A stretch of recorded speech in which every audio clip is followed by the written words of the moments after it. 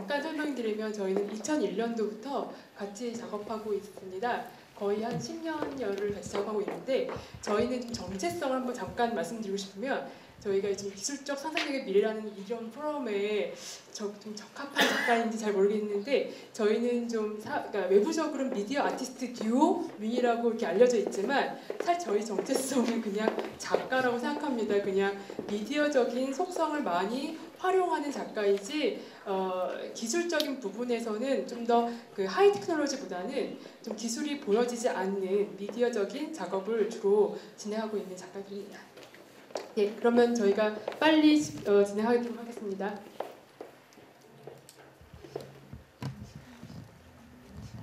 네. 예.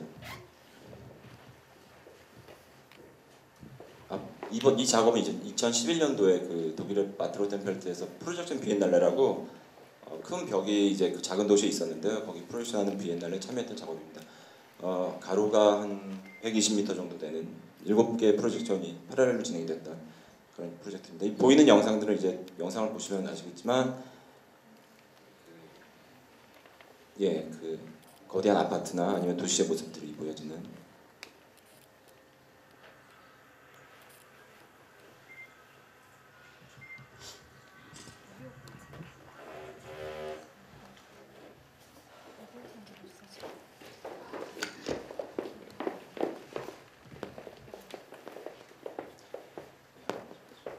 네. 지금 다음 작업은 저희 리드미투요도라는 작업인데 2011년도에 밀라노에서 삼성전자의 후원에 의해서 했던 개인전이었는데요. 그 두상 형태, 두 개의 두상 형태의 아파트를 지어서 저희가 88개의 방을 영화를 만들었습니다. 근데 이 88개의 영화는 그 개인의 욕망과 희망 그리고 그 좌절, 딱 분절된 개인의 어떤 삶을 어떤 굉장히 혹시 영화 히치콕의 이창 영화 있죠. 그 아파트의 뒷건물을 보는 그런 이제 작업에서 이 포맷은 따오게 되었고 저희가 뒤로도 나오겠지만 어떤 흉상이나 스태투에 관심이 많아서 그런 영상을 조형적으로 만들게 되었고요. 이 보여지는 이미지는 이제 88개의 방에서의 이미지가 보여지고 혼자 또는 두 사람이 나오게 되고 어떤 갈등 또는 욕망 아까 말씀드렸던 그런 이야기들이 10분 동안 각각 비디오가 상영이 되는 그런 작업입니다. 스틸 이미지고요.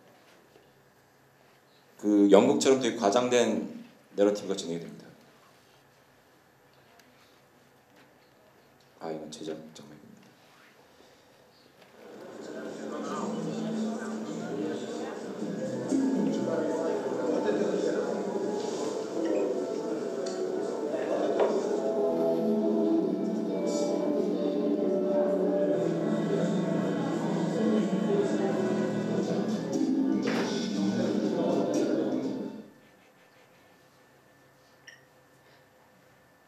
이 작품은 좀 저희가 서울에 와가지고 다시 좀 더 작은 규모로 제작한 작업입니다.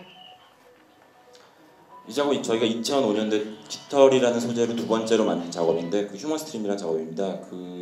아까 금방 말씀드렸다시피 휴먼 어떤 흉상의 모습을 가지고 있고 그 위에 이제 프로젝션이 되는 어떤 그런 구조를 가지고 있습니다. 제작 과정이고요. 이 작품은 2008년도에 미디어 비엔날레 때 보여줬던 작업입니다. 비디오가 상영이 되다가 뒤에서 이제 바람이 부는 동작이 있어서 깃털이 날리게 되고 그런 구조를 가지고 있습니다.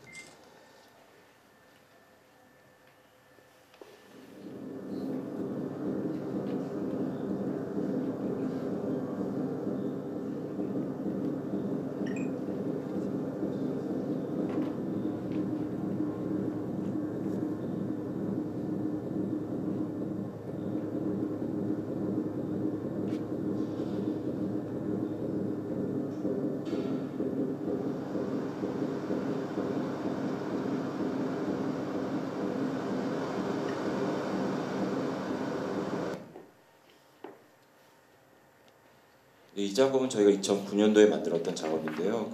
이제 보시면 왼쪽에 그 뮤지엄 박스라고 하죠. 유물들을 넣어놓는 박물관에 그런 구조 안에 지금은 사라진 뉴욕의 양키 스타디움 예전 모델이 이제 되어 있고요.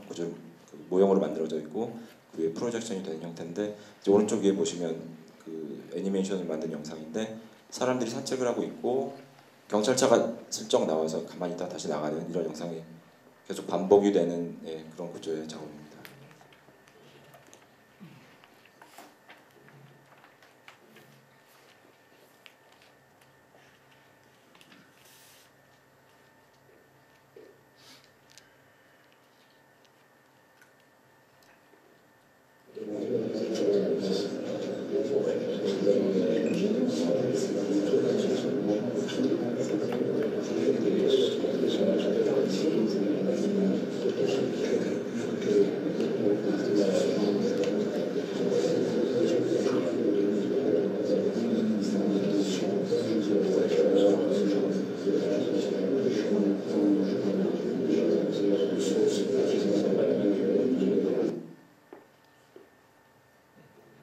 다음 작업은 관객의 방백인데요. 2008년도에 했던 개인전 작업인데 저희가 일반인들에게 예술가가 아닌 일반인들에게 당신은 예술가다 그러면서 저희가 그 가짜로 인터뷰를 했던 작업입니다. 그래가지고 그들의 어떤 예술가가 아님에도 불구하고 예술가로서 어떤 인터뷰 대답한 것을 저희가 편집해가지고 작업한 작업인데요. 예. 관객들은 개인적으로 왼쪽에 보시다시피 한 30일 동안 개인적으로 촬영을 했고 나중에 이제 합성된 곤충이 만들어진 작업입니다.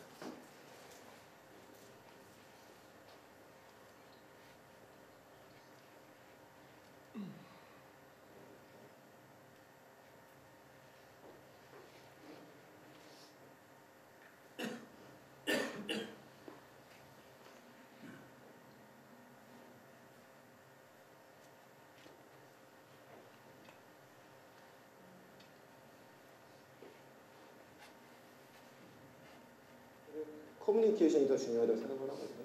만약에 그렇지 않고 자기네 세계에서 갇혀있는 천재들이라면 그거는 예술가가 아니라 그냥 독성가 그 정도라고 생각합니다.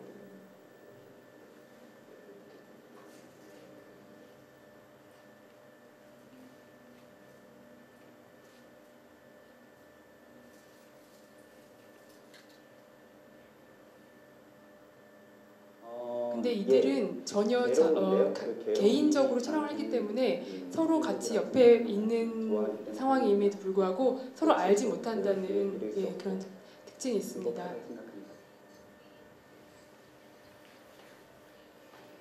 근데 그냥 우리가 소위 말하는 일반인들보다는 조금 더 특별하다기보다는 좀 다른 시각, 다른 마음가짐을 가져야 되는 건 맞는 것 같아요. 이 작업은 저희가 연도가 잘못됐는데 2010년도에 이제 뉴욕에 있는 맨하탄에 있는 그 석상 스태튜를 촬영을 해서 했던 작업이에요. 그 스태튜가 가지고 있는 역사적 배경이나 아니면 문화적 배경이나 이런 것들에 대한 흥미가 있었고 더군다나 예전에 만들어졌던 석상 같은 경우에 좀 지금은 다르게 해석이 되는 경우가 많았기 때문에 그 부분을 찍어서 어떤 석상 움직이게 만드는 그런 애니메이션을 했던 그런 작업입니다.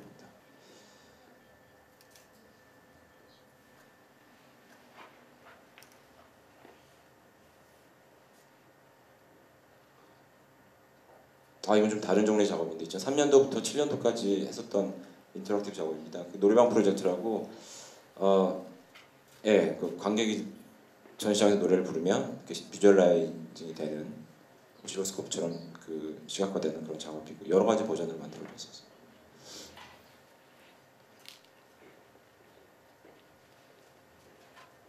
극장의 관객처럼 보여지기도 하고 이 작업은 주식이랑 환율로 컨트롤되는 어떤 숲을 만들어봤습니다.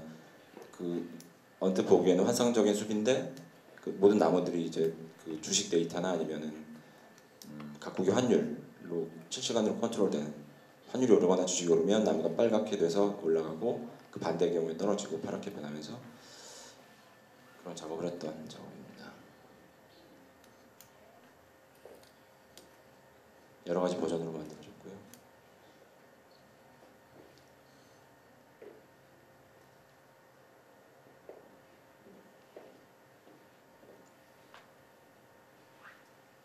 저희가 일부러 이 작품들의 근본적인 이유들을 설명을 하지 않고 있습니다. 그 이유는 굳이 설명을 해서 이해를 시키는 것보다 여러분들이 보시면서 다들 이해하실 것 같아서 예. 저희는 아까 바로 전에 하셨던 민재희 선생님의 어떤 랜덤웍스 작업처럼 그러니까 그 데이터 비주얼라이징 이 작업이 그런 작업이긴 하지만 그 시각화보다는 저희는 그 주식이라는 어떤 그 상황 그러니까 다른 어떤 이 실질적 세상이 아니라 어떤 다른 세상이 굉장히 우리의 지구를 굉장히 큰 힘으로 움직이고 있지 않을까 그런 점에 좀 더 포인트를 줬습니다. 예, 이거는 홀로 오디언스 작업. 예. 반구의 아레나를 만들었고요. 400개의 홀로그래피가 관객이 가운데 들어가면 이제 움직이면서 박수 치는 모습을 보여주는 그런 홀로그램 작업입니다. 지금 시간이 종료되어서 네, 이 작업을 마지막으로 저희가 마치겠습니다. 감사합니다.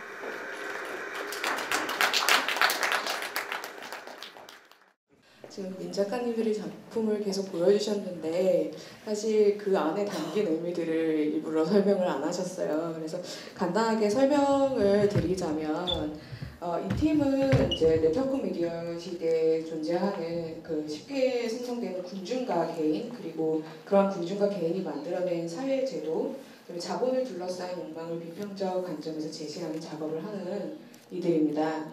그래서 그 아까 보여줬던 깃털이 그 사람 형상의 깃털이 흩날리는 그 휴먼 스트림 작업에서는요, 그 우상을 향해서 돌진하는 감기에 사로잡힌 군중의 일방향의 포류를 보여주는데요. 한번 보여주시겠어요? 아, 네. 이 영상을 한번 틀어주시면 좋을 것 같아요. 네. 여기서 보시면 그 각각 하나 둘씩이 올라가면서 점점 많은 사람들이 생성되고 팽창하고 확장되고 하다가 그 사람의 형상의 그 군중들이 꽉 차게 되면요, 이제 이런 식으로 꽉 차게 되면 뒤에서 선풍기 바람으로 바람이 휘날리면서 순식간에 와해되고 소멸되어 버립니다. 이런 식으로요. 이런 식으로 그 군중의 모습을 군중이 그렇게 생성, 확장, 팽창되고 결국에 와해되고 소멸되어 버리는 모습들을 보여주고요. 그 다른 작업에서도 강극의 방백이라는 작업에서도 결국 뭐 예술가에 대한 일반인들이 생각하는 질문들을 얘기를 하지만 결국에 각 개별로 찍고 다시 그걸 편집해서 군중의 모습으로 보여주면서 그 다음에 그 군중이 생각하는 예술가상에 대해서 의교적으로 얘기를 합니다. 그래서 그 민의 작업에 대해서 이런 식으로 좀 정리가 될 수 있는데요. 여기서 질문이 좀 발생될 수 있을 것 같은데 군중을 키워드로 하는데 그 군중의 문제를 영상 매체와 설치의 방식으로 풀어내고 있는데 이제 여기서 민은 왜 군중을 대상으로 하는지 또 민이 말하는 오늘날의 군중은 과거의 군중과 어떤 차이가 있는지 한 인터뷰에서 그 군중의 대상을 사실 네티즌으로 지목하기도 했어요. 그래서 그런 네티즌을 만들어낸 디지털 테크놀로지 시대에서 그런 군중에 대해 이야기할 때 사진이나 페인팅이나 이런 방법이 아니라 왜 영상 매체여야 되는지 그런 질문들이 좀 발생하게 됐고요. 이런 질문을 사실 드리는 이유가 단순히 그 뉴미디어 아트를 한다고 할 때 기술을 이용해서 작업한다는 게 아니라 그러니까 기술을 작업의 수단으로 이용하기 때문이 아니라 사회 테크놀로지의 관계 속에서 군중은 가상 공간에서 댓글이나 SNS 통해 등장하면서 어떤 이슈 아래 재빨리 모였다가 갑자기 와해되는 그런 현상들을 많이 보여주고 민 역시 이런 지점을 좀 지적하고 있기 때문이라고 생각이 들어요. 그래서 그 깃털 표면도 아까 얘기했듯이 순식간에 그렇게 작은 바람에 와해되는 모습들을 보여주고요.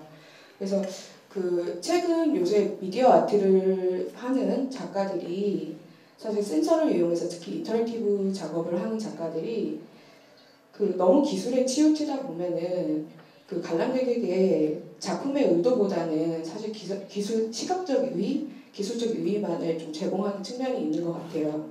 그 반대로 너무 개념에 치중하게 되면은 이제 관객에게 외면받게 되는 경우도 생길 수 있죠. 그런 측면에서 이제 이 민 작가들은 기술적 현장으로 나를 봐주세요 이런 식으로 하지 않는 것 같아요. 아까 그 적응 미디어를 좀 기술을 쓴다고 얘기했듯이. 그래서 다시 한번 그 질문으로 돌아와서 민이 생각하는 군중이란 무엇인지, 과거와의 군중의 차이는 무엇인지, 또 왜 군중을 표현하는데 왜 영상 매체가 필요했는지 그 부분에 대해 좀 설명을 부탁드립니다. 예, 저기 아주 쉽게 설명드리면 저희가 독일에서 공부를 했는데 한 만 8년 동안 독일 살았어요. 근데 그 당시 2002년도 월드컵이 있었어요.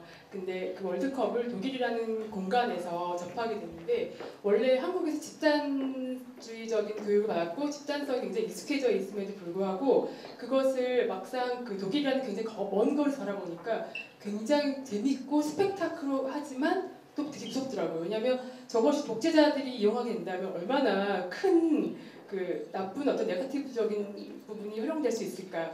그런 부분에서 저희가 굉장히 토론과 이제 대화를 많이 하다 보니까 저희가 작업을 하게, 그러니까 군중이라는 속성을 가지고 작업을 할 때 무엇보다 그 미디어적인 속성을 가지고 활용하다 보면 굉장히 잘 표현되지 않을까. 특히 그리고 저희 아까 많은 분들이 질문하시는 게 왜 근데 군중인데 그 휴먼 스트림에서 왜 깃털을 사용했느냐라고 이제 그러니까 질문을 많이 하시는데 그 이유가 저희가 그 군중의 그 깨알같이 작은 잘 보이지 않는 하지만 다 뭉쳤을 때는 하나의 큰 덩어리로 보이는 그 시각적인 부분을 깃털처럼 빼곡히 깃털로 만들어서 그것이 그 군중 속성의 그 생성, 팽창, 그다음에 소멸 이런 과정을 잘 보여줄 수 있는 매체, 그러니까 미디어가 아닐까 해가지고 사용하게 됐거든요.